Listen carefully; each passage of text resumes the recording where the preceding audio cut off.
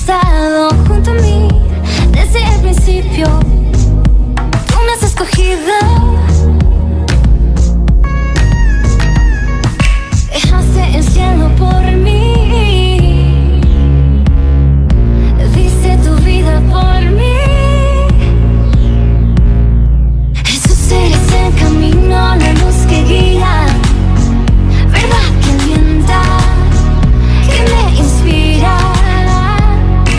Jesús, eres Dios real, tú estás vivo y ya no temo, estás conmigo.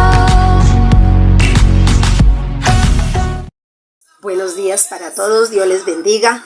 Es un placer en este día poderme dirigir a ustedes con un pensamiento de la palabra de Dios. Y quiero que compartamos esto acerca de la reconstrucción de las familias. En este momento las familias están muy deterioradas, terriblemente. La familia es el núcleo de la sociedad. Y si la familia no está sana, no está restaurada, lamentablemente no vamos a tener una sociedad sana. Lo contrario, cada día una sociedad más enferma. En el libro de los Proverbios, en el capítulo 11, el verso 29 dice: el que perturba su casa no heredará más que viento. El que perturba su casa no heredará más que el viento. Es un tiempo, estamos viviendo un tiempo muy delicado. Y la invitación que yo quiero, el compartir este pensamiento de la palabra, es invitar a los hogares, invitar a las familias a reconstruir la familia. En el pasado se adquirieron patrones o adquirimos patrones en nuestra familia que quizá han hecho mucho daño, nos hicieron daño a nosotros, pero por ende también están haciendo daño a nuestra sociedad. En primer lugar, miremos la definición. Hay familias funcionales y hay familias disfuncionales. ¿Qué es una familia disfuncional? Es donde el comportamiento es inadecuado de uno o de los dos padres. Y hoy en día, es más, lamentablemente, hace falta la figura paternal en el hogar. Sabemos, dentro de un hogar, dentro de una familia, hace falta la figura paternal. Pero más que ser dentro de un hogar, dentro de una casa, donde hace más falta es en la vida individual de las personas y especialmente de los niños. Entonces, allí hace falta la figura paternal.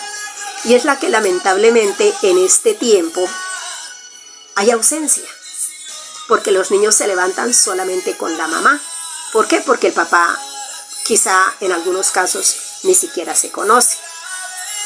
Esas son las familias disfuncionales.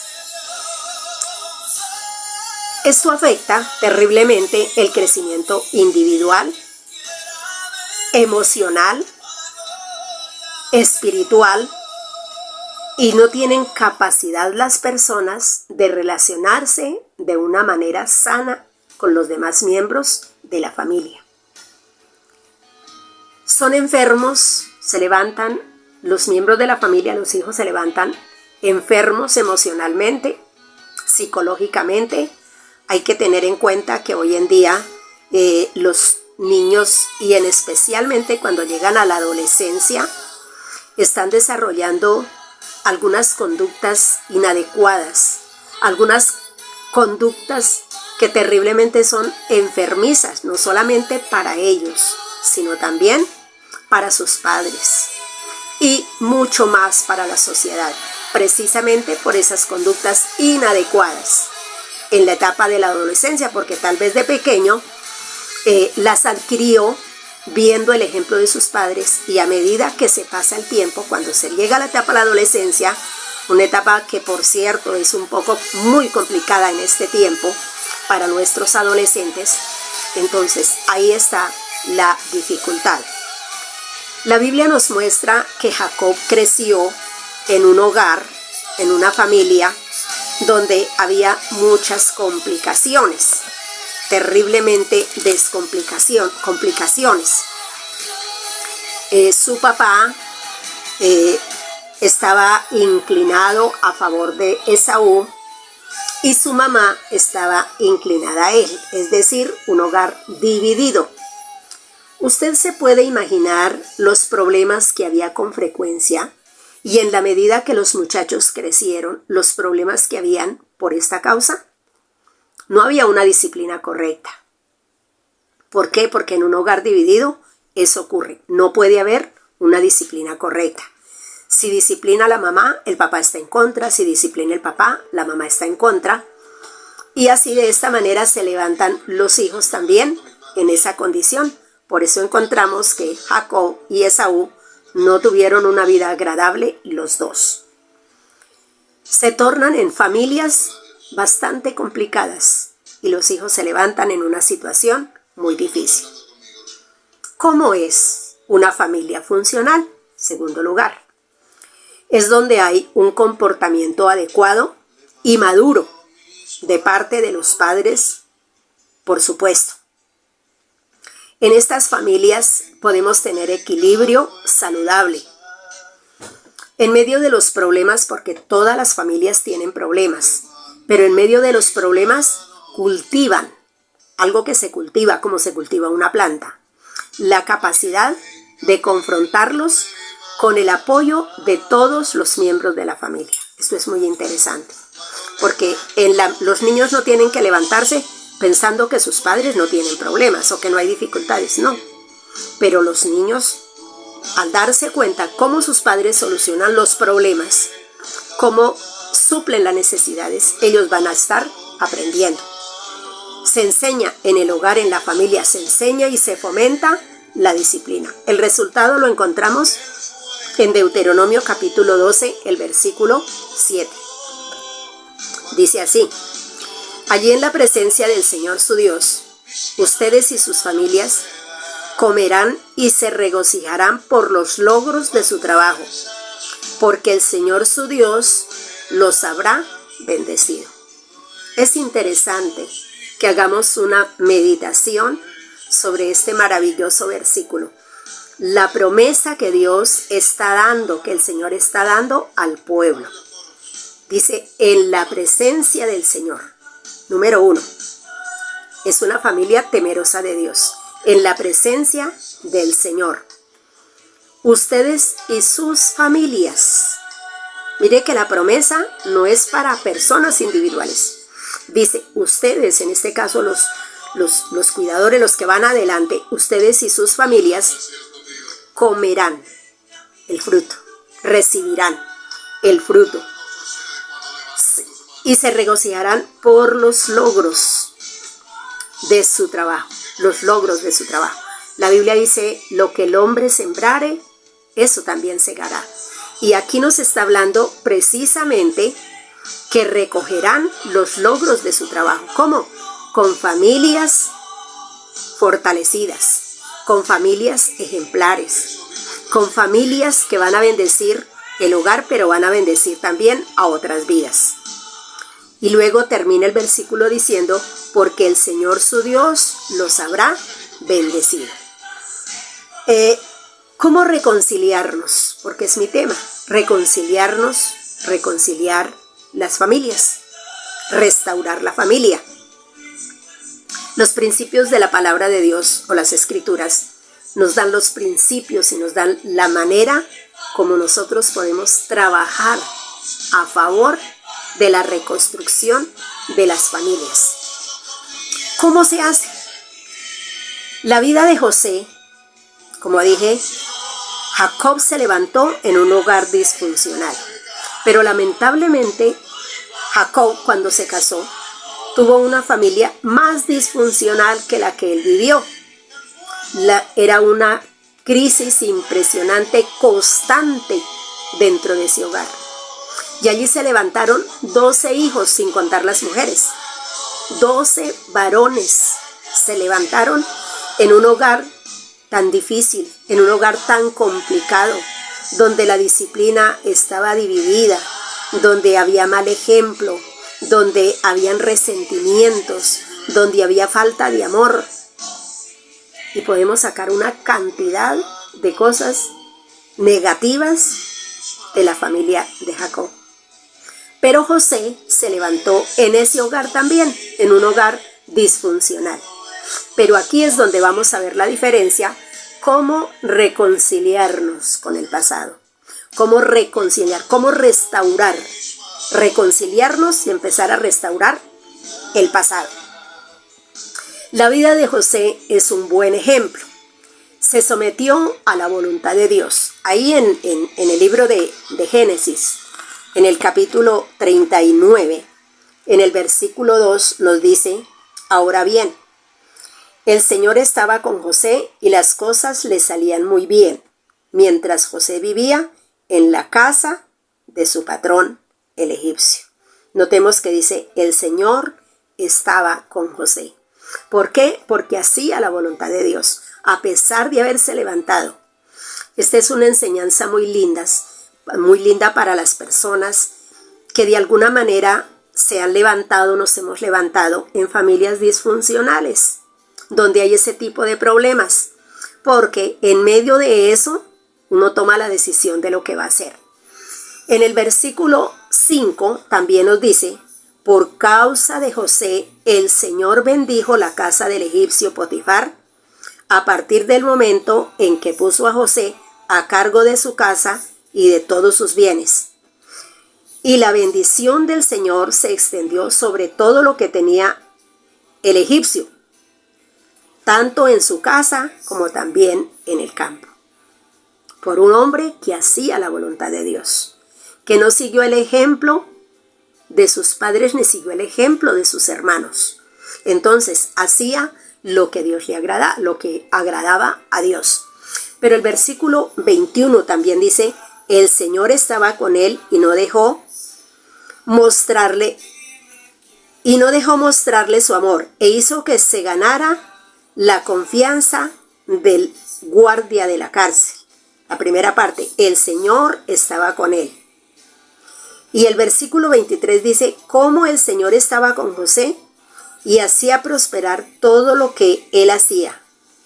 El guardia de la cárcel estaba asombrado, porque aún estando en la cárcel, allí estaba siendo ricamente prosperado. Entonces, número uno, para reconciliar, para restaurar la familia, reconciliarnos con el pasado y restaurar la familia, es haciendo la voluntad del Señor. También dice que era obediente a la autoridad. Ahí en el capítulo 37 del mismo libro de Génesis, dice que su padre acostumbraba a enviarlo con frecuencia para ver cómo estaban sus hermanos, aún sabiendo que ellos lo odiaban, aún sabiendo que no lo podían ver. El término bíblico es odiar a sus hermanos. Mas, sin embargo, él enviaba a José. Quizá en manos hoy en día de un joven que encuentra un adolescente que encuentra esta situación en su hogar, él dice: qué pena papá, pero yo no voy a ir por allá. Pero este joven obedecía a su padre.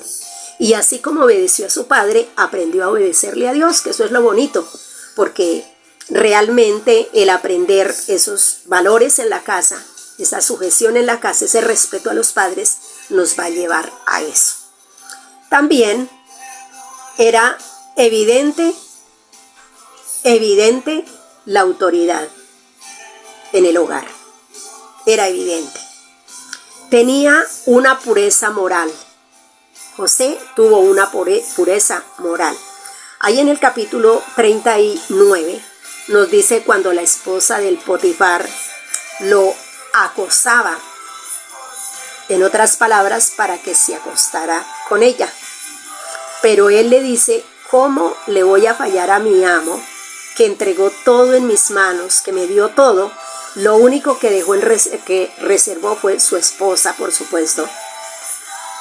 Pero además de eso, ¿cómo le faltaría yo a Dios? ¿Cómo pecaría yo contra Dios? Así que él fue obediente a la autoridad de su padre, tenía pureza moral, fue un hombre que se guardó, que se conservó, era fiel en todo, era una persona honesta y era un hombre humilde. ¿Cómo aportó para sanar las situaciones del pasado y para reconciliar a su familia. Porque recordemos que entre ellos habían muchos problemas también.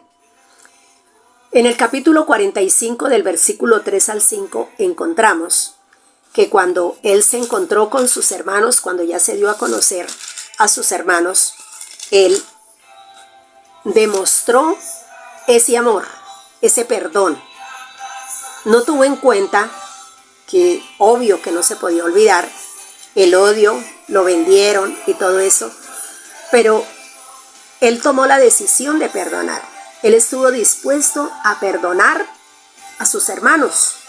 Una cosa es perdonar a una persona extraña que nos ha hecho daño, pero otra cosa es perdonar a los hermanos, que desde muy temprana edad los celos, la envidia, el resentimiento, la mala cara, el mal gusto, todo esto lo vivió José. Pero ahora, este era el momento de vengarse.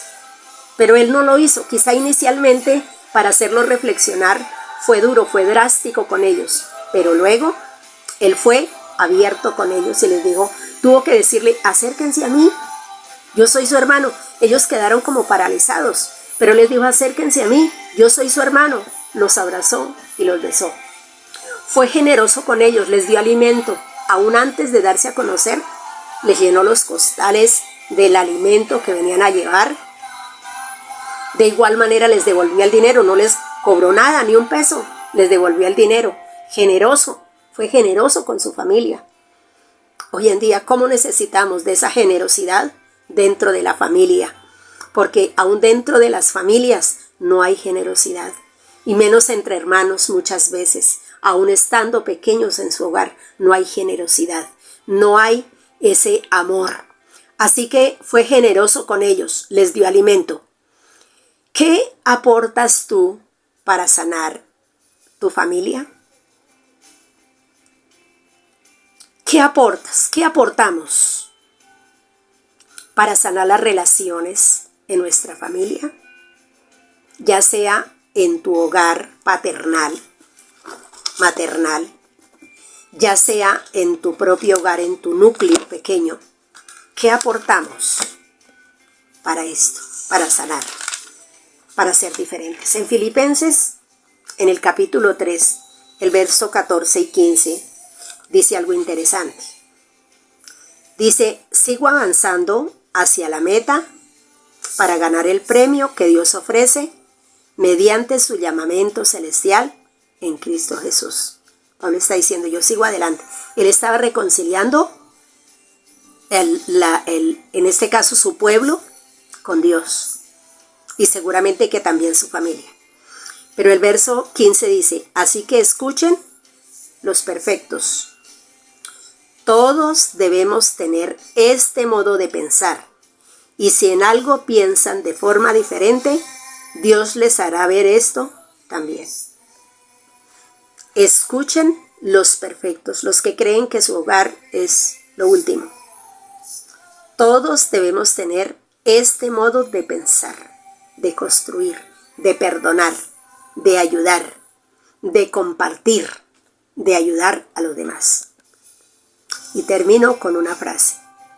El perdón es el bálsamo que sana las heridas del corazón. El perdón es el bálsamo que sana las heridas del corazón. Bendiciones y buen día.